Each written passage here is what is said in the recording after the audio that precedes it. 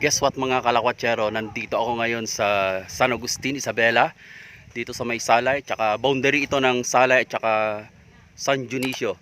Bali dyan sa kabila, dyan sa may lagpas ng ilog ay Quirino na. Di ko alam kung parte yan ng Mandela o Nagtipunan. Pero yun naman yung sabi nila sa akin na dyan daw ay Quirino na. So napakaganda dito sa lugar na to. Talagang marerelax ka. Ang linis ng tubig eh. Kitang-kita mo yung mga isda. Tuloy sa part na to, kitang-kita mo yung mga isda. Kaso nga lang dito, medyo malayo itong video natin. Phone lang kasi gamit ko. Hindi natin gaanong makita yung mga isda. Ang dami oh. Dito ako nagagandahan sa parteng ito. Parang kumbaga lighthouse. Ito yung tinatawag nilang mini dam dito sa may Salay. Ang ganda ng view dito mga kalakwatsero. Sobra. Bali, pinasyal nila ako dito para makita tong lugar na to. At nagustuhan ko naman. Kaso nga lang, hindi ako makaligo sa baba kasi malalim. Hanap na lang tayo mamaya ng medyo hindi malalim. Dito naman sa parting ito, kung nakikita nyo sa likod, ayun. May mga magandang bato-bato doon na pwedeng pag-jump open. Pwede kang lumundag o mag-dive. Kaso nga lang, sabi naman nila malalim daw doon. Sinubukan ko kanina na pinaliparan ng drone. Kaso nga lang yung drone ko, nagwa-warning naman na battery damage. So, hindi ko na itinuloy. Baka bumagsak pa sa tubig. Sayang naman. So, pag nagkapera tayo, papalitan na lang ng battery. Dito, yung mga bata mamaya, tatalon sila. Try natin kuhanan. Bibidyohin natin.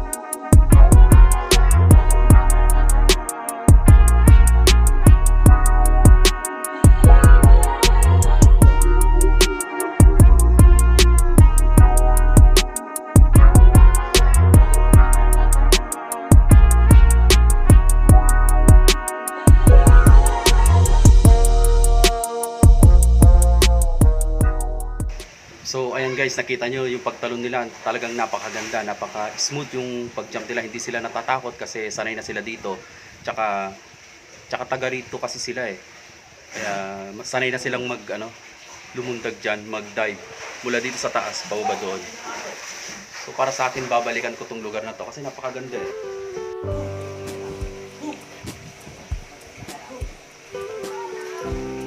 Ayan mga guys, nag-enjoy na yung mga kabataan dito sa may Salay. Actually, halo-halong barangay yung mga nandito, nagpipiknik. Pero yung narinig ko, yung mga iba dito taga Salay. Meron pa nga daw taga Alicia Isabela eh. Di naman natin alam kung sino dyan sa mga dyan. Ilocano Lakwatsero.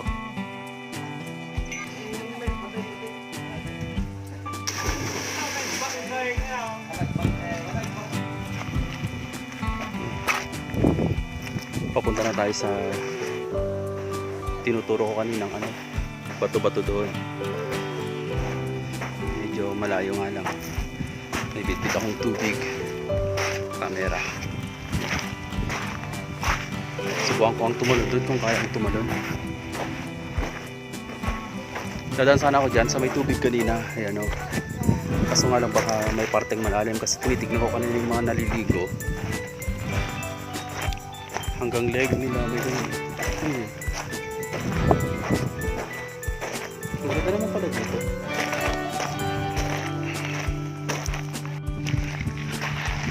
Nako. Tubig na doon.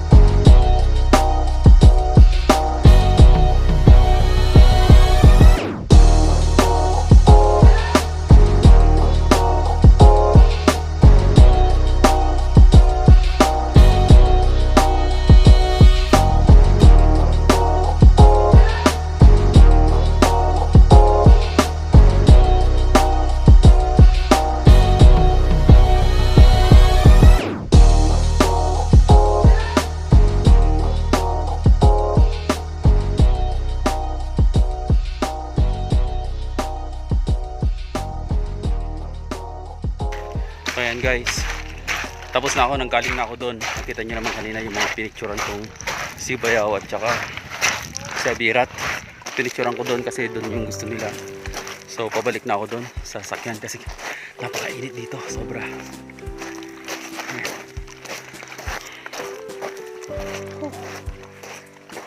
Punta ako sa sakyan, mag-aircon ako, pero paano ako makakapasok doon sa loob kung ganitong basa naman ako. Lumusong kasi ako sa tubig kanina eh.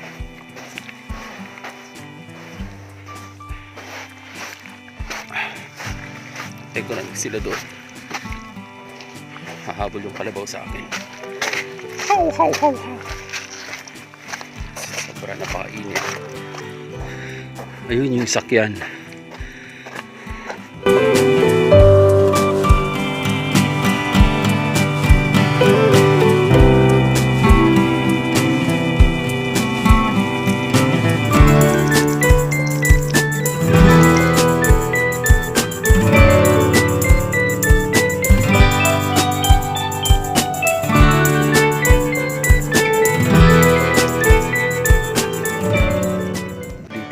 Lalalim pa, makita mo.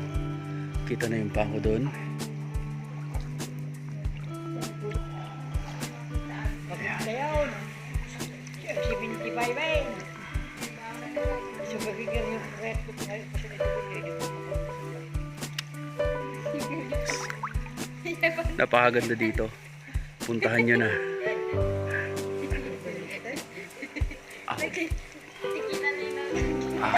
Ang ganda.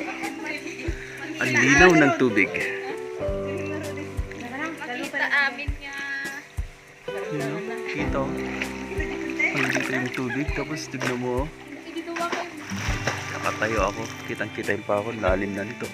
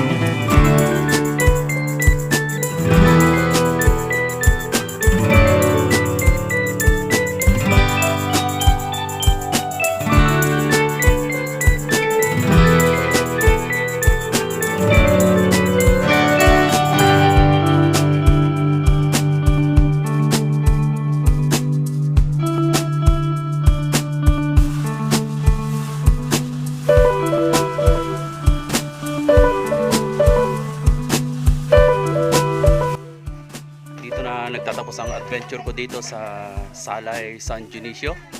So uwi na tayo. Bye guys.